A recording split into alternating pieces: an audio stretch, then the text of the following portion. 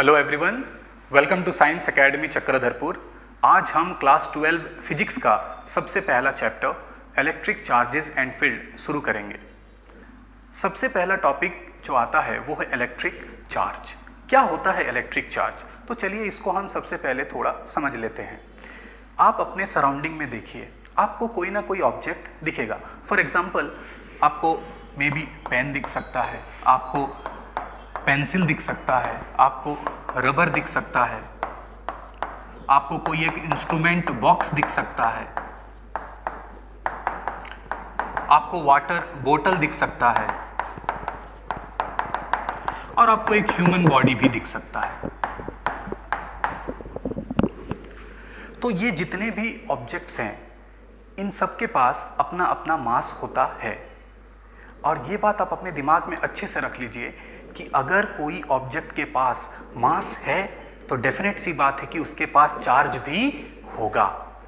मतलब मास है तो चार्ज होना ही होना है। तो इसी वजह से हम इलेक्ट्रिक चार्ज को हमारे यूनिवर्स के कोई भी ऑब्जेक्ट का इंट्रिंसिक प्रॉपर्टी बोलते हैं। हम ऐसे बोल सकते हैं कि electric charge is an intrinsic property of matter, या फिर आप ये कह सकते हैं कि electric charge is an intrinsic property of an object of our universe. अब ये इंट्रिंसिक प्रॉपर्टी होता क्या है? देखिए, इंट्रिंसिक प्रॉपर्टी का मतलब होता है एक ऐसा प्रॉपर्टी जो किसी के शेप, साइज या वॉल्यूम पर डिपेंड नहीं करता है।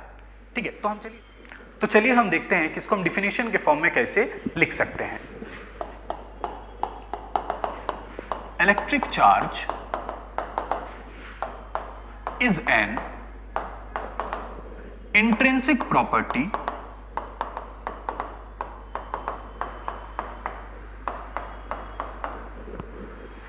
of, आप मैटर बोल सकते हैं या फिर आप बोल सकते हैं ऑब्जेक्ट।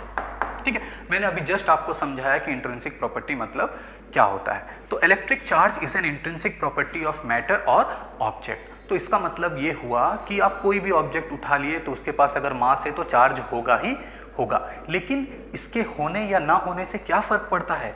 तो देखिए, आपने बचपन में ये चीज़ पढ़ा ही होगा। अगर एक पॉजिटिव चार्ज के सामने हम एक दूसरा पॉजिटिव चार्ज लाते हैं तो ये इसको अपने से दूर भगाता है, मतलब रिपेल करता है। सिमिलरली ये भी इसको अपने से दूर भगाता है, मतलब रिपेल करता है।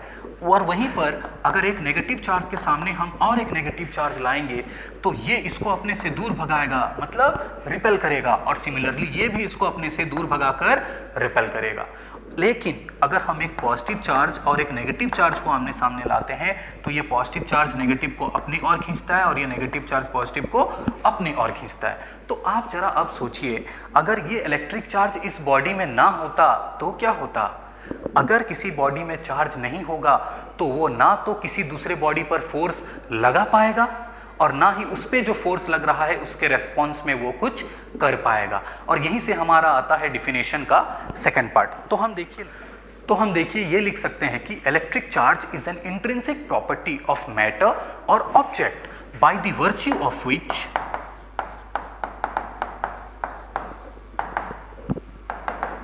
It exerts an electric force on another object and responds to an electric force acting on it। तो ये है आपका definition of an electric charge। Thank you.